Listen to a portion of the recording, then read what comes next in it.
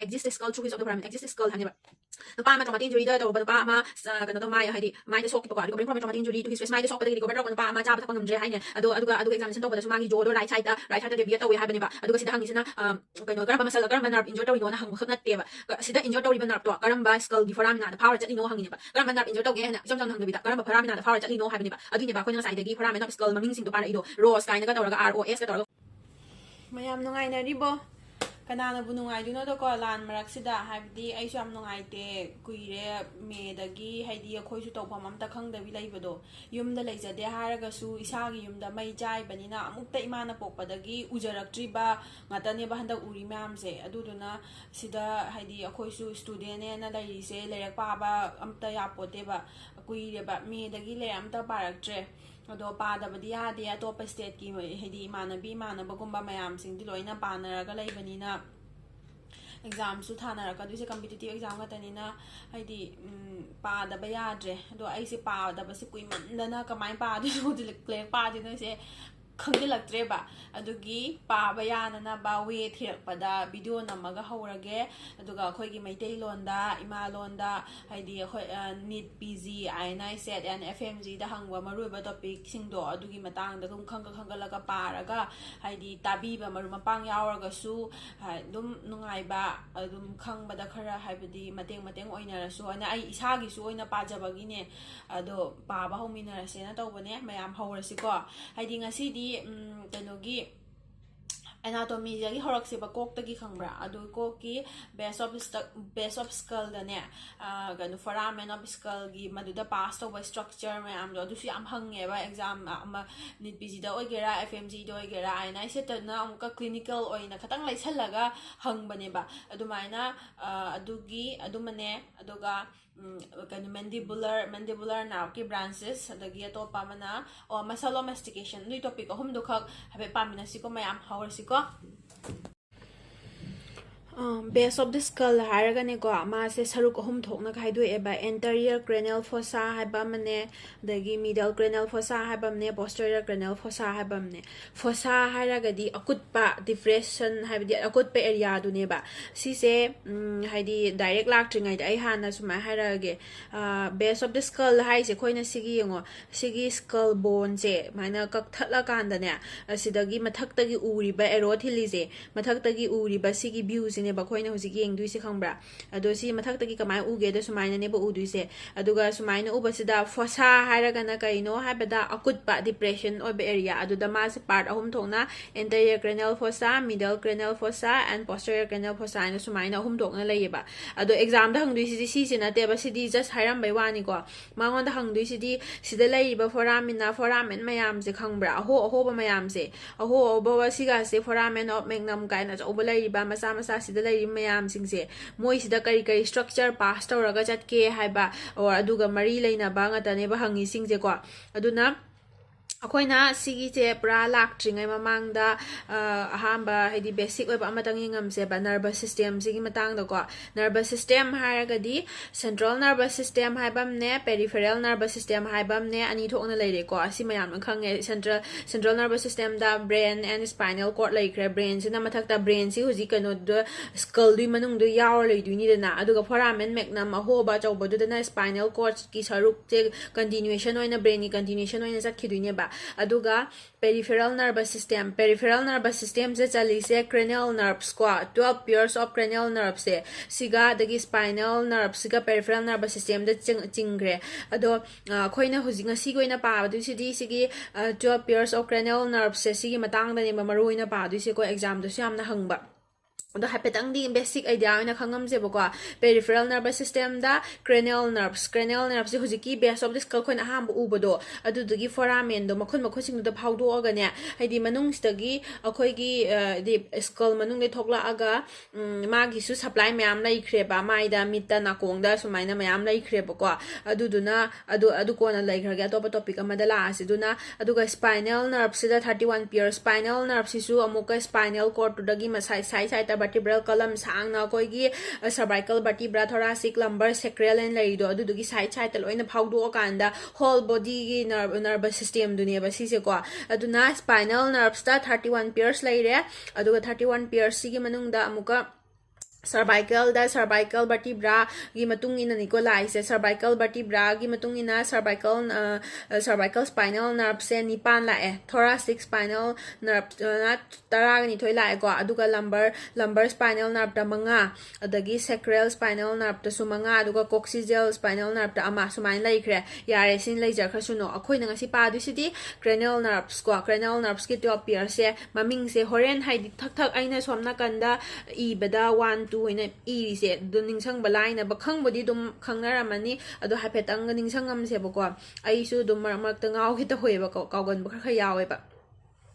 cranial nerves magi job pairs magi job si maming je patho su ka hambada olfactory nerve first cranial nerve se olfactory nerve then second the optic oculomotor third na oculomotor ko ado si se khambra noi di khangde ko id si se optic olfactory oculomotor sai se o na ho ngatani na ne khambra khar ngau ge to ba ya ba oculomotor si dum ningsang e ba toina sinam ni na ko aduna kamaina husi di ningsang ge ha ba first cranial nerve se mai da khoi gi kwai tong ba areas kaina naton sinidana naton sa kwai wang na leitra adudana naton sina kwai fast ne na iningsang e ba hujikti naton ge manam gi olfactory nerve haina dumaina first cranial nerve haraga olfactory nerve haina hujikti ningsang e bai kaudre ba hana di am confuse lame ba ko aduna cranial nerve 1 sida olfactory nerve 2 dana optic nerve 3 dana oculomotor nerve 4 dana trochlear nerve adagi for fifth subdana trigeminal nerve ko trigeminal nerve sina khwai dagi chawba cranial nerve ni ko aduga magi division ahum thokna layeba haidi the first haidi ophthalmic division maxillary division and mandibular first second third first sina kaino ophthalmic division ko ophthalmic nerve second sina kaino maxillary nerve or maxillary division ma haire ko aduga third sina mandibular nerve khangra horen mandibular nerve sine ba important oi singa si mandibular nerve sigi magi kano su paraktuine ba magi branches ke kyak su ko ma yam hangalle ba the 6 na abducens nerve 7 na facial nerve adagi 8 na vestibulocochlear nerve 9 na glossopharyngeal nerve 10 na vagus nerve ko then 11 na spinal accessory nerve ko sisu 11 sisu amuka part ani thoi ko ascending part habaga descending part habanga ko aduga ma se horen haidi tongan na part tongan me matungina foramen da tongan chakani ba then 12 na hypoglossal nerve maming si yare exam da huji hangdui siti ko hojiki sigi foramen of skull gi manung de yauri ba kano sing se pass tawar chatli ba structure sing sine ba hangdui se aduna si yenga se ba ko kai structure pass tawe habdo maruina power sidi khoina huzik pa ki ba 12 cranial nerves to ni ko animal aina sida mayai de sangna jingi se right side to left side to job pair side or right ki su left ki su dum chat ki duine ba ado som side si par si ko pa ba sida kwai aham ba sida ero pira lai se foramen of sikam mai se ma se blind fall ne normally di ma se close to gadab ne ba ado man if often tor lai ta ga di emissary bands haina emissary bands pass tor chakani ba khang ba si emissary bands sai se emissary bands har ga di kai no ha ba ka na ma se bulbless vessels ne ba ko mana kano dagi kano brain manung dagi mapan ga cranium gi mapan da phawdok na ba blood vessels masane ba bulb yaw da ba blood vessels masane ba ko emissary veins aduna madi mayam ne ba macham sa mayam ne ba amada su horen adum thengna rakani ba ko atopa foramen makhun sing sida loina dom ma pastor ta pa thengna rakani ba aduga adi mathangda karino sida lairiba cribiform plates sigi macha makup se amai maming se olfactory foramina su ko webo si se mamangda image based question noina su hangkre ba aduna khoina si makup se karino na hangapa kanda dum khangani dana sida pass or chatle first cranial nerve se chatle ko si first cranial nerve ti olfactory nerve to ko naton gi khoina manam gi ngasa haina gi bodo khoi han ba ham to do aduga kobichu sida pastor chatle basi makhun sida pastor changak pangame brain da yokhal asu si makhun sida pastor ngam duine basi mayare ko adagi ani subada si optic canal ko identify tawngam godam ni ko foramen se optic canal sida di kari pastor ni ilai optic canal da di optic nerve ko mid ki optic nerve aduduga blood vessels amasu tawre arterium tawe ko ophthalmic artery sta first branch of internal carotid artery. Internal carotid artery I say brain gi oina yamna maru oiba blood vessels amanina magi cranial first branch of the internal carotid artery di kaino ophthalmic artery. Ophthalmic artery se kai de pass tower chatle kai de power chatle optic canal da pass tower ko yare ko adi matungda sida sang ba malai se sida blue na highlight or lei se ma se superior orbital fissure hai ba ko superior orbital fissure atai atai sing city foramen haira ka mana fissure hai imram kai gino fissure haira ga di ma se sphenoid bone ne bas the ping machuna lai se ping sigi sphenoid bone sigi lesser winga greater winga gi karaksida sumaina si maraksa lai bune ba haidi sumaina lesser winga greater winga gi karaksida power chappa oiba ado power se masu ahoba ne adubu ani gi karakto oiba pura ate ate sing se na bone sida direct ahobo ina sumaina powdala chatpa si sina amuka fissure ani gi karakta wing ani gi marakta maina power ga chatpa sigi oiba gi fissure haine ba fissure haragadi sumaina sangtak toba mayat yat pado dumain hai ta mine go ado fissure ado superior orbital fissure se ma di khara si khara yam mina pass to ma pot su khara yam ba kai pass to ge hai dom yeng ase bu ko pass is third cranial nerve ko third ti kai no oculomotor nerve fourth na kari no trochlear fourth aduga 5-1 dinga saigi ophthalmic division do ko aduga 6 na abduction nerve third fourth 5 ki first division aduga 6 moi pulap se pass to ba yam dra fissure khara minus hanglap na lai bo oi bagi mayam line ba mongonda ko aduga sida SO4 LR6 and all three high sidi mnemonic ne ba khoina dum khangnara leiraba extraocular muscle eye gi aduda supply toba kano do SO4 superior oblique muscle da 4 di trochlear nerve na supply towe LR di lateral rectus da 6 abducens nerve na supply towe rest atai duna third cranial na third oculomotor nerve na supply towe have du mnemonic tu ne adugi pulap to sida loina pass towe superior orbital fissure da pass away have to gi irambani ko atopa mana kari chatle ophthalmic band aduidi amtang haramasi ko superior orbital fissure asida kai chatle third fourth fifth ki first division aduga 6 aduga amana ophthalmic band ngasai gi optic canal dana ophthalmic artery ko superior orbital fissure dana ophthalmic band yare ko mathangda la etu sida paring yam nungai ba hum la etu si se image based question oina mamang du su hangkhre bo ko adu si ahum da ngau du ne ba karam na pulap thangna na laibani na ina khan du ne sphenoid bone da su loi laibani na adu ningsang ba nungai na bane ba sida highlight ina ROS khatang tawri se ROS na ko adu di Rs na han bo ere Rs na kai no foramen rotundum mangonda na fifth cranial nerve ki second division chat passed away maxillary division do trigeminal nerve ki khangbra aduga sigi mayai gi foramen ovale shape su oval shape ore mangonda na third division of trigeminal nerve mandibular nerve to horen makha da spark to ne ba mandibular nerve ki ma branches si maru oe bo ko aduga male hai sini morning ni ko male hai se kai no se makha da yeng akse ba adu yeng dringai da atopa se yeng am ki se foramen spinosum se mana mangonda su MEN ni morning ni ko N cd nerve ne ID nervous spinosus aina madum maming spinosum ga mana ba adu su MEN si kai no have du su hore makhadi nga si ko si so adagi foramen lacerum maina foramen lacerum se kai no haiba kanda mase sumarui ko dum mamang da exam da su hangkre foramen lacerum harga di ngune sigi se side silai churaba sisne ba ma se bon ahumna seme ba saru ahumna kamba bono hara kanda tu yengone sisigi part ama su yaure sai gi part kha su yaure sigi part kha su yaudra suaina si ahum ni dana ko yaise aduduna sigi ahum sine ba form tawise si ahum je kai no haibada sina temporal sina temporal bone ko adagi di sina sphenoid ki saruk adagi sina occipital bone moi ahum sina pula puncha daga seme ba si mamang da su haidi previous question da hangrabani ko si jo foramen lacerum je kai na form tawi habado adudi foramen lacerum se ma se atai si sphenoid si da power sing di makul loina direct hobalai dress haru si sphenoid bone da power chapai si ga se ado si gi di lacerum si di temporal ne sphenoid ne occipital ne si ahum si gi marakta leiba dunbu foramen lacerum mangon da kari pass tawra chatle habada mangonda pass tawise kano tawre internal carotid artery ko ICA se internal carotid artery ngasai gi maru ai habado internal carotid artery pass tawre atopana meningeal branch of ascending pharyngeal artery ko meningeal branch of ascending pharyngeal artery so pass tawre amana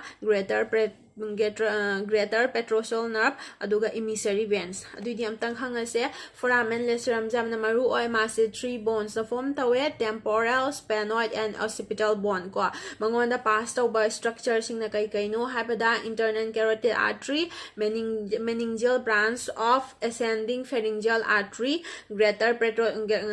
petrosal nerve aduduga greater petrosal nerve aduga amana emissary veins ko yare adudai mathangda internal acoustic meatus ko internal acoustic meatus asisu foramen dum maming se internal acoustic meatus haiza bewane sina karambano sise internal acoustic meatus ko internal acoustic meatus ta 7 8 aina numerical ira ise ningsang banungai namne ba swaida 9 10 paring si irakpada visual memory du nungai na ba khoi gi horen 10 gi x kala akanda mayam isalak ko ko ngawena 7 8 ko sumain irakpani ko internal acoustic meatus ta kai pass tawre 7 facial nerve 8 vestibulocochlear nerve ko internal acoustic meatus 7 8 aduga amana labyrinthine artery ahum ko maruoi ba structure ahum ni ko siare adagidi jugular foramen si je ko jugular foramen si ju khara adum chawtak tawe adum mangon su mayam pass tawe jugular da 9 10 11 9 glossopharyngeal nerve 10 vagus nerve 11 je division ani like ko ngasa anterior part habanga descending part habanga ado sidadi sigi 11 sidadi descending part of pass tawe ko aduna adusu magi mayai oiba sarukta mayai ba middle part ta khangbra masi khitang chawrap taw mina mayai oiba saru dogi anterior part posterior part am khaidueba anterior dana kari inferior petrosal sinus ko inferior petrosal sinus su pawe ba ko sida adagi posterior part na sigmoid sinus pass tawe ba ko magi saruk to adagi adi matungda kano tawre hypoglossal canal haise asisu foramen ni adubu mana khara sangtak na sathibagi canal aina ko boiwane ba hypoglossal canal sidana maming ilai ngasai gi optic canal su canal ai du khara sangtak lai hibagi ning ko optic canal da kai sathi optic nerve aduga hypoglossal canal kai chatle hypoglossal nerve ko 12 cranial nerve haibadi hypoglossal nerve chatleba aduga iroi bada sigi foramen magnum achobase sidadi kai pass tawre khoigi brain stem gi loislak pa medulla oblongata ne adugi continuation spinal cord powers atkiduine ba adune khoin sino khai chok jawi se aduga atopana vertebral artery ne aduga 11 accessory part of 11 di kaino ngasai gi spinal accessory nerve to ko adudugi ascending part foramen magnum na makha da leraga sumangonda ascending part to chatli aduga ngasagi jugular foramen dana descending part of 11 do spinal accessory nerve to chatli ko yare aduragadi sibak loire aduga ngasai khoina sida mathakta foramen ovale da male laina ma yaw ki ba foramen spinosum da men laina ma yaw ise sisi amu yengase ko kaino habado foramen ovale silak tringai da spinosum hana hairamagi foramen spinosum men men dang hydra the ems na kaino middle meningeal artery si chamaroiba middle meningeal artery se passed away m na middle meningeal artery e na emissary vein n na nervus spinosus middle meningeal artery se yamaroi se kaigino habada ma se rupture taw matam da extradural hemorrhage haidi khoi accident guma tawba extradural hemorrhage ko gesan bagi sokpa extradural hemorrhage to si yam hangi dana kano da CT scan da kari ui adu to mayam do adu na ko na to topic ta laksi ko the extradural hemorrhage ta rupture ta uraga e thokla ido adu gi e thokla ido adu gi bleeding thokla ido karamba artery de gi karamba blood vessel de no har ga di middle meningeal artery sine ba ko adu masna ga middle meningeal artery so kai the power sali foramen spinosum da khambra adu e sine emissary vein ngasai gi have the emissary vein ni bulbless kano vein macham sa sing du ni habado ko aduga N sina nervous spinosus foramen spinosum pass tauba foramen spinosum pass tauba nerve dusu maming nervous spinosus yarena ko adagi spinosus yare adagi loire somna kanda foramen ovale lagi foramen ovale dana MALE male hai ko mangona pass up structure do ovale da V5 mandibular division of trigeminal nerve ne adagi ado B3 se the 3 du neba adugi M du neba dum sidi yawi se ko aduga A sina accessory meningeal artery L sina lesser petrosal nerve E emissary vein nungsang manungai namni male man na ko yare adagi sina karino foramen lesram ngasai bon ahom na seme abdo khangke loikre adudi foramen ovale gi mandibular nerve se si jom lak se ba mandibular nerve si mai branch na kamai to wonong yeng se ko masih yam hangba topic oiba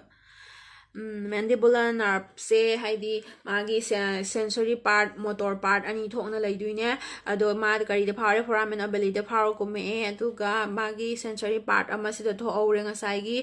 nervous spinosus to foramen spinosum da pass to chatkiba nervous spinosus se kari gi mandibular nerve ki sensory branch ni ko khambra ma se yare ko adagi kainona makha taba mu yengase makha taba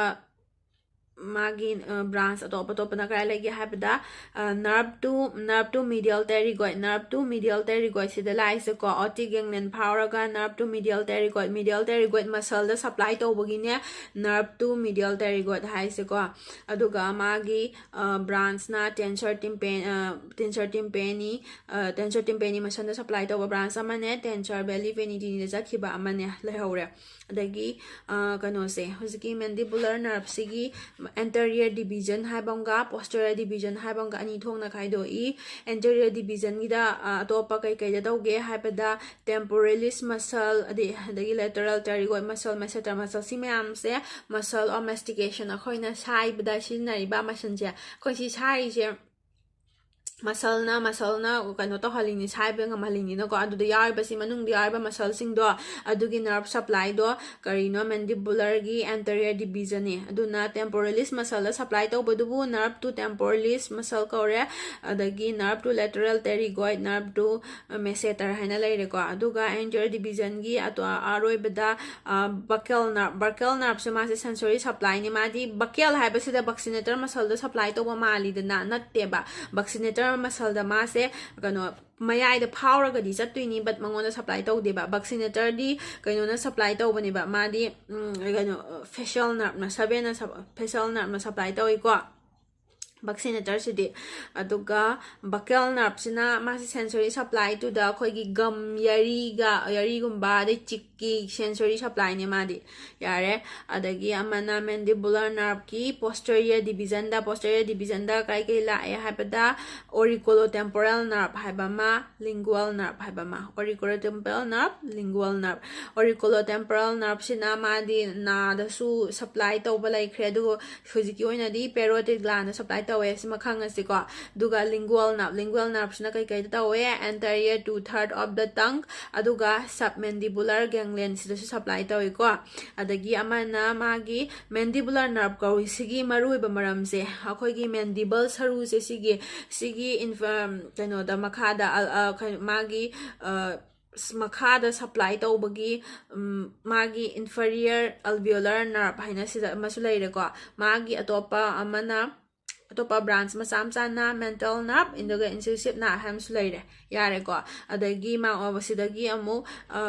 kariba sensory supply da nerve to mylohyoid muscle and nerve to anterior belly of the digastric haiba onga laikre ꯑꯗꯨꯗꯤ ꯑꯝꯇꯪ ꯄꯥꯔꯁꯦ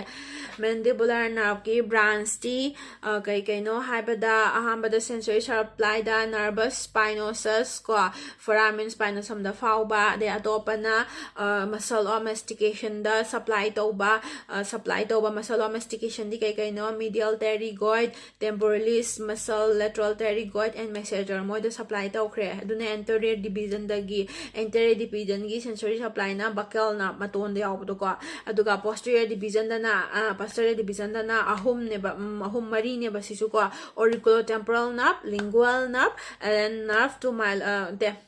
ꯀꯩꯅꯣꯗꯅ motor supplyꯗꯗꯤ ꯑꯍꯨꯝ ꯈꯛꯇꯪꯅꯦ auriculotemporal nerve lingual nerve then inferior alveolar nerve ꯀꯣ ꯑꯗꯨꯒ sensory supplyꯗꯅ nerve to mylohyoid muscle and anterior belly of digastric ꯌꯥꯔꯦꯀꯣ ꯁꯤꯃꯁꯨ ꯂꯣꯏꯔꯦ ꯑꯗꯒꯤꯗꯤ ꯀꯌꯥꯝ ꯀꯨꯏꯔꯔꯣꯏ ꯁꯤ ꯂꯣꯏꯁꯤꯜꯂꯁꯤ muscle of masticationꯁꯦ ꯍꯥꯏꯐꯦꯠꯇꯪ ꯌꯦꯡꯉꯝꯁꯤꯗ ꯈꯪꯕꯨꯗꯤ ꯈꯪꯉꯕꯅꯦ ꯃꯉꯣꯟꯗ ꯃꯥ ꯍꯧꯖꯤꯛꯀꯤ nerve supply ꯂꯩꯈ꯭ꯔꯦ ꯑꯩꯈꯣꯏꯅ ꯍꯥꯏꯕꯗꯣ temporalis muscle ꯍꯥꯏꯁꯤꯅ ꯀꯔꯤꯅೋ ꯍꯥꯏꯕꯗ ꯁꯤꯁꯦ ꯑꯗꯒꯤ masseter muscle ꯍꯥꯏꯔꯒꯅ ꯑꯩꯈꯣꯏꯒꯤ mandible retract ꯇꯧꯕꯗ ꯁꯤꯖꯤꯟꯅꯩꯁꯤ temporalis muscle ꯀꯣ muscles of mandible retract ꯇꯧꯕꯒꯤꯅ ꯍꯥꯏꯔꯦꯀꯣ ꯑꯗꯒꯤ masseter muscle ꯁꯤꯁꯨ ꯃꯁꯛꯁꯤ ꯁꯤꯁꯤꯅꯦ ꯍꯥꯏꯗꯤ FMGE examꯗꯁꯨ ꯍꯥꯟꯅ ꯍꯪꯉꯝꯃꯦ ꯌꯥꯝꯅ ꯀꯔꯝꯕꯅꯣ ꯀꯔꯤꯅꯣ ꯍꯥꯏꯗꯤ ꯑꯗꯨꯗꯨꯅ ꯃꯁꯛꯁꯦ ꯍꯥꯏꯐꯦꯠꯇꯪ ꯈꯪꯖꯤꯜꯍꯧꯁꯦ ꯇꯧꯕꯅꯤꯗ ꯑꯗꯨꯒ ꯁꯣꯝꯗꯅ ꯑꯍꯨꯝꯁꯨꯕꯅ lateral pterygoid ꯁꯤꯅ depression of mandible ꯀꯥꯊꯣꯛꯄꯒꯤ depression ꯀꯣ ꯑꯗꯨꯗꯣ ꯁꯤꯅ ꯑꯗꯒꯤ ꯑꯃꯅ medial pterygoidꯅ ꯁꯤ ꯂꯩꯔꯤꯁꯤꯅꯤ medial pterygoidꯁꯦ ꯑꯩꯈꯣꯏꯒꯤ lock jaw trismus ꯇꯧꯕ ꯀꯥꯟꯗ ꯈ꯭ꯋꯥꯏꯗꯒꯤ common ꯑꯣꯏꯅ involve ꯇꯧꯔꯤꯗꯣ medial pterygoid ꯁꯤꯅꯀꯣ ꯃꯁꯛꯁꯦ ꯈꯪꯖꯟꯕ ꯋꯥꯅꯤ ꯁꯤ vaccinator ꯁꯤꯁꯨ accessory muscle of mastication ꯑꯩꯈꯣꯏꯒꯤ ꯁꯥꯏꯕꯗ ꯁꯤꯖꯤꯟꯅꯕ accessory muscle ꯁꯤꯅ ꯃꯁꯛ ꯈꯔ ꯈꯪꯉꯝꯕꯩ ꯋꯥꯅꯤ ꯂꯣꯏꯔꯦ ꯉꯁꯤꯒꯤ ꯑꯗꯣ clinical questions ꯑꯃꯅꯤꯇꯪ ꯌꯦꯡꯉꯝꯁꯦ a patient recovering from a traumatic injury to his face now find himself unable to chew his food on examination his jaw deviate to right side and the nerve that has been injured in this patient exists skull through his of the foramen exists skull ꯍꯥꯏꯕꯅꯦꯕ ꯅꯨꯄꯥ ꯑꯃ traumatic injuryꯗ ꯇꯧꯔꯨꯕ ꯅꯨꯄꯥ ꯑꯃ ꯀꯩꯅꯣ ꯇꯧ ꯍꯥꯏꯗꯤ ꯃꯥꯏꯗ ꯁꯣꯛꯈꯤꯕꯀꯣ recovering from a traumatic injury to his face ꯃꯥꯏꯗ ꯁꯣꯛꯄꯗꯒꯤ recover ꯇꯧꯔꯛꯄ ꯅꯨꯄꯥ ꯑꯃ ꯆꯥꯕ ꯊꯛꯄ ꯉꯝꯗ꯭ꯔꯦ ꯍꯥꯏꯅꯦ ꯑꯗꯨꯒ examination ꯇꯧꯕꯗꯁꯨ ꯃꯥꯒꯤ jawꯗꯣ right sideꯗ deviate ꯇꯧꯋꯦ ꯍꯥꯏꯕꯅꯦꯕ ꯑꯗꯨꯒ ꯁꯤꯗ ꯍꯪꯉꯤꯁꯤꯅ ꯀꯩꯅꯣ ꯀꯔꯝꯕ nerve injure ꯇꯧꯔꯤꯅꯣꯅ ꯍꯪꯕ ꯈꯛ ꯅꯠꯇꯦꯕ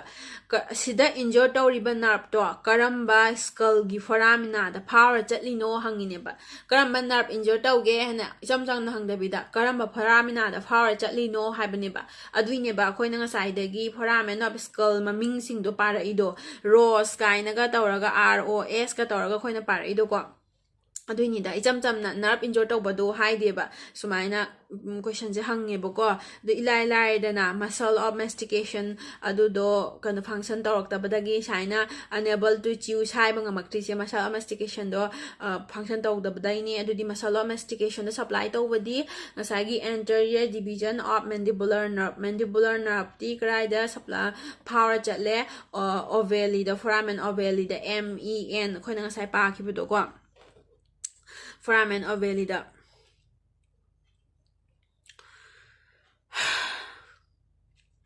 ꯑꯗꯨꯅꯦ ꯑꯩꯅ ꯌꯦꯡꯉꯤꯁꯤ ꯆꯨꯝꯗ꯭ꯔꯥ MEN ꯗꯨꯅ spinosusꯅꯦꯕ ovale MALE ꯑꯍꯥꯟꯕ ꯑꯣꯏꯕꯒꯤꯀꯣ ꯑꯩꯁꯦ ꯁꯨꯃꯥꯏꯅ ꯍꯥꯏꯕꯁꯦ ꯈꯤꯇꯪ ꯍꯩꯕ ꯋꯥꯠꯂꯤ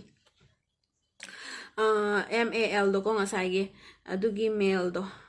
ꯌꯥꯔꯦ ꯑꯗꯨꯒ ꯑꯇꯣꯞꯄ ꯑꯃꯅ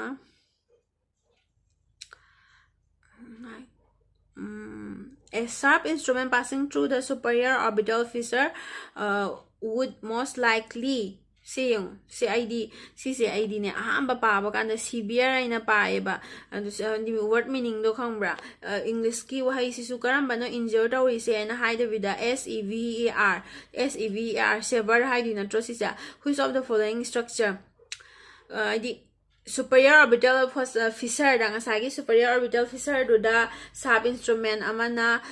ꯊꯤꯟꯗꯠꯄ ꯀꯥꯟꯗ ꯀꯔꯝꯕ structure ꯅꯣ ꯁꯤ ꯄꯤꯔꯤꯕ ꯃꯌꯥꯝꯁꯤꯗ ꯀꯔꯝꯕ structure ꯅꯣ ꯀꯩꯅꯣ ꯇꯧꯗꯣꯏꯁꯦ ꯊꯤꯟꯗꯠꯂ ꯆꯠꯇꯣꯏꯁꯦ ꯁꯣꯛꯇꯣꯏꯁꯦ ꯍꯥꯏꯕꯅꯦꯕ ꯑꯗꯨꯗ ꯋꯥꯍꯩꯗꯣ ꯑꯩꯗꯤ ꯑꯍꯥꯟꯕꯗ ꯃꯤꯠ ꯈꯔ ꯊꯛꯄꯅꯤꯅ severe ꯑꯩꯅ ꯄꯥꯔꯨꯏꯕ ꯈꯪꯕ꯭ꯔꯥ ꯑꯗꯨꯅ word meaningꯁꯨ ꯈꯪꯗ ꯌꯥꯗꯦꯗꯅꯀꯣ ꯑꯗꯣ ꯁꯤꯕꯨꯗꯤ ꯑꯗꯨꯝ abduction nerve ꯉꯁꯥꯏꯒꯤ ꯃꯌꯥꯝ ꯆꯠꯄꯗꯣ superior orbital fissure ꯀꯩ ꯆꯠꯀꯤ 3rd 4th ꯑꯗꯒꯤ 5th ꯀꯤ first ophthalmic division 6 abduction nerve ꯆꯠꯂꯤꯗꯅ ꯇꯣ ꯑꯗꯣ ꯁꯤ 6 abduction nerve ꯌꯥꯎꯔꯦꯅ facial nerve T ꯉꯁꯥꯏꯒꯤ 7 8 ꯆꯠꯈꯤꯕꯗꯣ ꯀꯔꯥꯏꯗꯅꯣ internal acoustic meatus ꯇ ꯑꯗꯒꯤ ꯀꯩꯅꯣ mandibular nerve ꯀꯩꯅꯣꯗ foramen ovale ꯗ maxillary ꯅ foramen rotundum ꯗ middle meningeal artery ꯁꯨ foramen spinosum ꯗꯉꯁꯥꯏ ꯁꯤꯁꯤꯅꯤ ꯁ꯭ꯄꯥꯏꯅꯣꯁꯣꯝꯒꯤ MEN ꯗꯣ ꯑꯗꯒꯤ ophthalmic artery ophthalmic optic nerve ꯁꯤꯅ ꯉꯁꯥꯏꯒꯤ optic canal ꯗ ꯑꯍꯧꯕꯗ ꯆꯠꯄꯗꯣ ꯑꯗꯨꯅꯤ ꯉꯁꯤꯒꯤꯗꯤ ꯂꯣꯏꯔꯦ